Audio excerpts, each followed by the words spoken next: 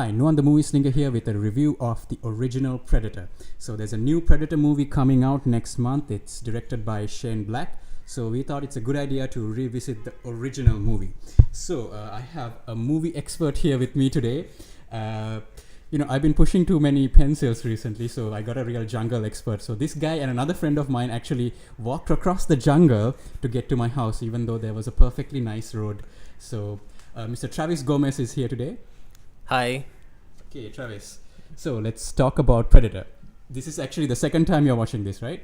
Yes, actually it's quite recently that I saw this, and I didn't really know what to expect, because initially I was expecting it to be more in the horror genre, which I'm not really a fan of, but I was quite pleasantly surprised actually by this. I think you watched it this year, right? Yeah, this year, like a couple of months back actually. Okay, yeah. so that's good, because there's a difference between us. So because I have watched this when I was a teenager, so Okay. let's talk about this. So this movie was directed by John McTiernan, who did Die Hard and Last Action Hero. So one of the best 80s action movie directors. This movie was made in 1987. So I'll give you a little plot summary. So it starts with Dutch, played by Arnold Schwarzenegger, and his team is sent on a mission to rescue a hostage held by a militant group. Dylan, the guy played by Carl Weathers, he's a CIA agent supervising Dutch's team. So on the way, they discover skinned corpses of a team of Green Berets. Of course, Dylan knows who these guys are, but he's not telling anything to Dutch. And they eventually attack the enemy camp, but they find no hostages. Oh, actually, the hostages are already dead. And it is revealed that the mission was actually a cover to gather some intel for the CIA. And the dead Green Berets are from an earlier mission that failed.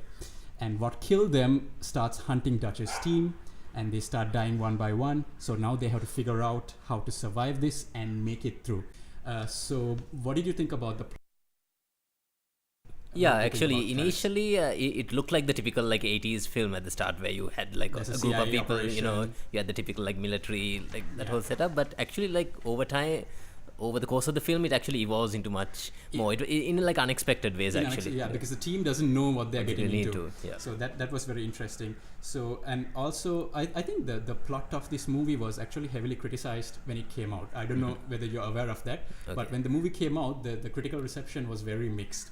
Like people were complaining, it's a very thin plot and there's not much going on. But I think over the time, people have kind of warmed up towards the movie. And I think people in retrospect have realized that this is not a standard action movie. There's something more to it. So we can break this down into 3 acts, right? So the first act is your standard 80s action movie extravaganza. So it's just Arnold and the team, they are kicking ass, lots of one-liners. Do you have any specific one-liners you like? Any favorites? I think it's the Jesse Ventura one. Ain't got time to read read. it. That's like one of the funniest one-liners ever. Tonally, this act is very different from the rest of the movie. Would you agree?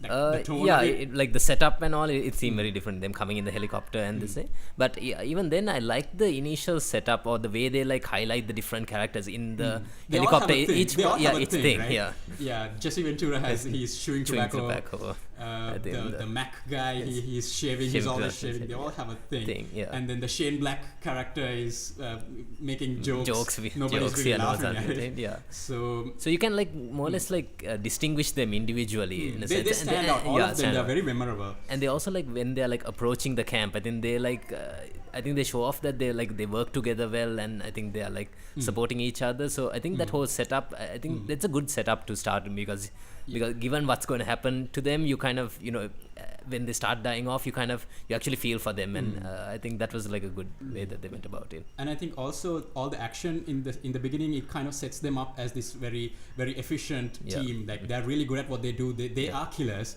That's why the Predator comes after them, because they are a legitimate threat. So I think all the action and the 80s, I mean, these guys are the superheroes, right, of the 80s. So that kind of makes sense that why the Predator is coming after them.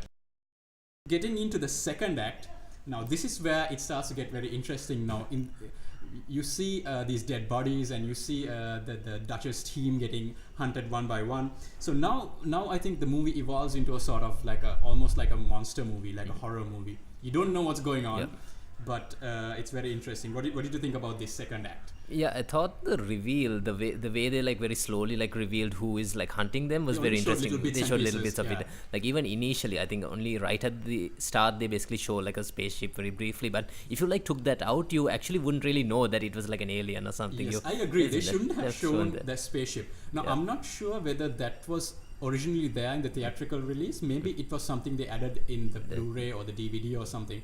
But I feel like that kind of ruins, that spoils Yeah. what the Predator What it is. is. And also, when you don't know what it is, it's more terrifying. Yeah. So when you show it as little as possible. Yeah.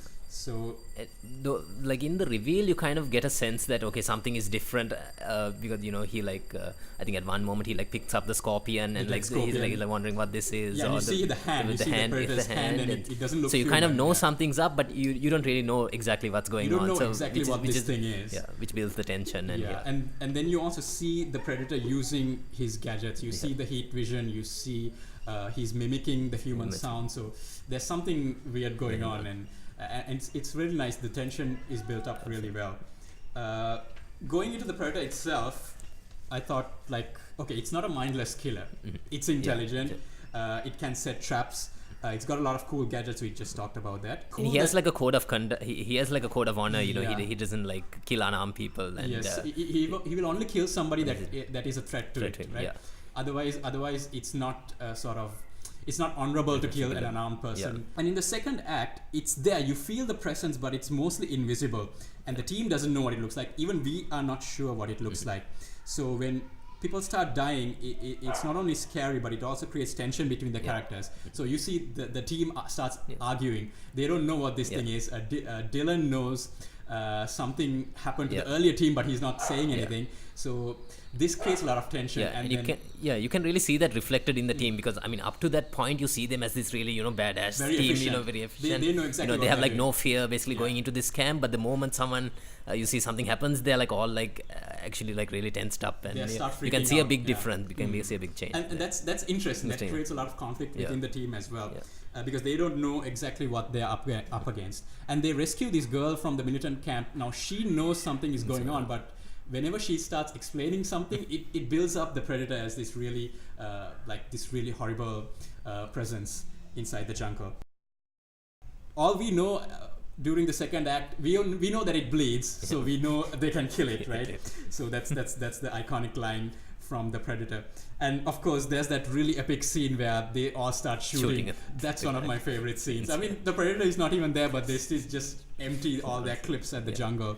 I think they mow down like half the jungle in that scene.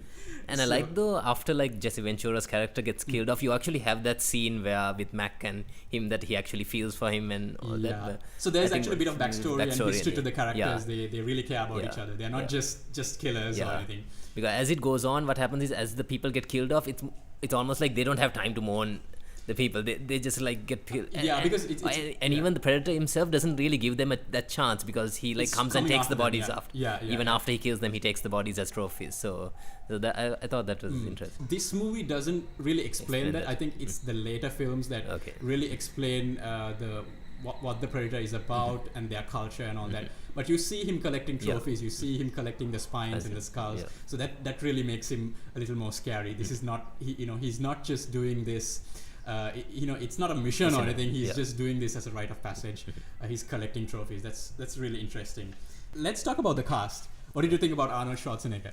Yeah, I thought he was actually good in He's this really role. good, He was really good. I think he's Especially the final scenes. Actually, that's where he really shined. But throughout it, I thought he was like good.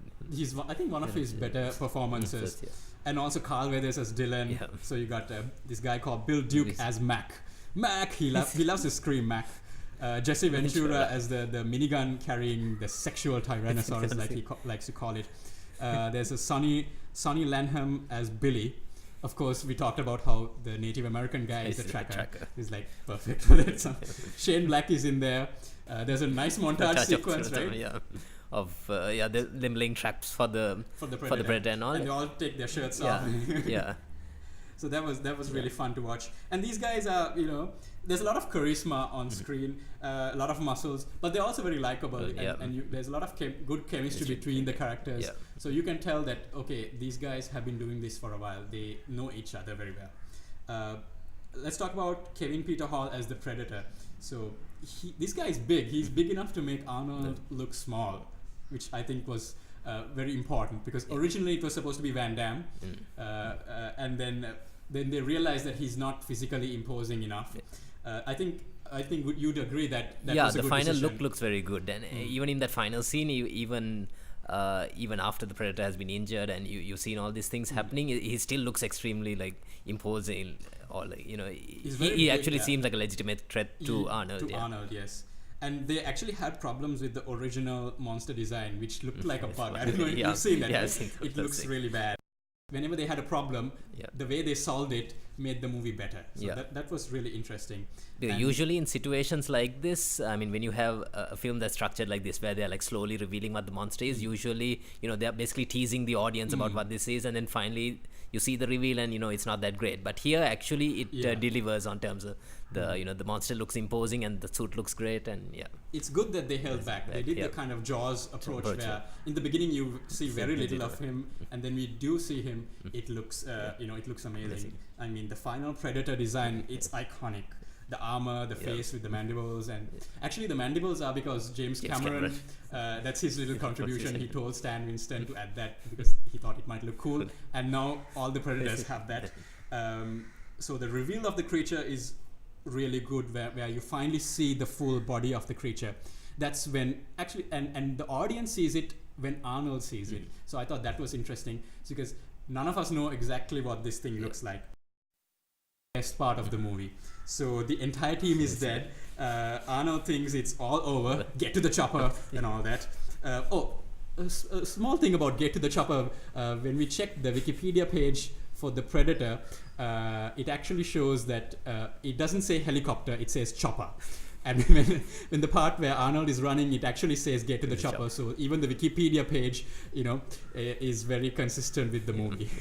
Clearly written by a fan. Clearly written by a fan, and nobody's correcting it. So that's really cool. So in this scene, the Arnold finally sees the Predator, and he finds out that it has a weakness. So that the heat vision can be you can hide from the heat vision by covering himself with mud. So he finally finds a way to beat the creature. So the third act, and it's interesting that basically the way they go about trying to defeat them even earlier is to basically build these traps and kind of go more old school, because I guess what they figure is that basically the Predator's technology might be like such that they can't go head to head with that. So you kind of need to go. So you need to go with a different route. And then he kind of manages to disable the cloaking device and the gun. So now it's just hand to hand. And now with all the traps, Arnold has a bit of an advantage. So that was really interesting, and you get a nice montage sequence. You get these 80s montage sequences, where they're quickly laying traps. I have a feeling the Home Alone music would have made that scene really, really funny. Maybe there's something on YouTube. Maybe they've already done it. And we get one of the most memorable, I think, action movie sequences ever. Arnold covered in mud, holding a torch and screaming into the jungle. I thought that was really epic. Yeah, I'm not sure whether that was like a reference to like his earlier film, The Conan the Barbarian. I think that also came out, I think, a couple of years before. I'm not sure whether it was something to do with it, because. Okay, is there a similar scene like that? I'm not, but in terms of the look of it, like him looking like more like a warrior and like with spears. He's building spears and he's building the bow and arrow. Yeah, just an epic showdown. So that was the third act. So let's talk about a few other things, like, for example, the jungle setting. I thought that was really great. It looked very claustrophobic. It really makes it scary. What about the music? You like the music? Yeah, actually, that initial theme was, it's not very subtle. It's an 80s theme, but it was quite good, and it was very appropriate, and it kind of builds that dread. Right? It gives you a sense of dread. So there's something something scary in the jungle. Do you have any negatives? Is there anything negative about the film? Can you think of anything? I think we are really nitpicking here. Anything you can pick? I think mainly the firefight scene. Basically, I mean, initially that initial setup I thought was very good, where they're basically like stalking the people in the camp, and you have each person, the mission camp, where they're like they're doing it very stealthily. But then after a point, it just devolves into just like explosion. It's an action movie, into explosion. And some of the scenes they're not even like aiming properly. They're just shooting from the hip, and it looks a bit cheesy, but it's fun. It's fun. You can have fun with it. one of the things that this is again a nitpick. One of the parts is where when Billy dies, he kind of dies off screen. We don't get a payoff. We see him, we hear him screaming, and we know he's dead. So again, just a nitpick. I mean, it doesn't ruin the movie at all. But I guess it makes sense in terms of because they give enough time for Arnold and for that fight to take place. So I guess in a sense it's more scarier that way. We don't see what. Probably like the native that character was probably like if he. I mean, He they was set gonna die him anyway. up as like he's not scared of anyone. He's like the most like one of the most feared. But then then he just his dies. kid Dies. very, So very which makes quickly. which makes it even more scary. I guess in a sense. That makes the Predator even more. It would seem more intimidating. I guess. So that's true. That's kind of true. Yeah. And also some of the characters, they start freaking out. So even Billy, in the beginning he's very cool, but then he also starts. He's not sure what's going on, so he starts freaking out. Even though the plot is thin, it's a very simple plot, but I don't think it affects the movie too much because it doesn't lessen the impact of the movie. Because this is more of a bit of a sci-fi, a bit of a horror, but more of a survival movie. So I don't think it really needs a very complex plot. Yeah, it's the typical David and Goliath versus Goliath kind of setup, and I thought they did it quite well. The hunt and the survival parts were really good. And the tension I thought was built up very well. Not showing the Predator until the final act was very good. Very memorable characters, an iconic monster. So actually a very entertaining film, and I thought this is one of my favorite 80s movies. I don't know. Yeah, I would agree with that. Yeah, it's quite enjoyable overall. Yeah, I mean, I think Aliens and this is one of the two of the best action movies of the 80s. So. What do you think? If this movie was out in theaters today, would you go out to watch it in a theater? I think I would actually. Yeah, I would say yes. If this was out in theaters right now, I would definitely go out and watch it. And here's the good part: even though this movie is not coming out, there is a new Predator movie coming out next month. Just I think about 2-3 weeks away. So I'm actually excited for it. Are you excited, Travis? Yeah, after having seen this, I would actually be. I would be quite inclined to go to this. Yeah, and of course Shane Black is directing it. I think he's a good director. I've liked his previous films.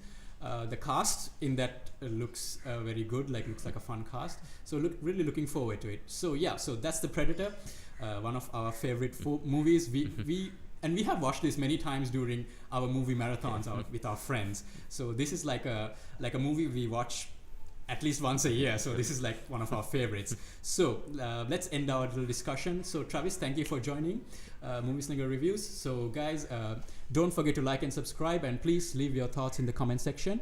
Movie Slinger out.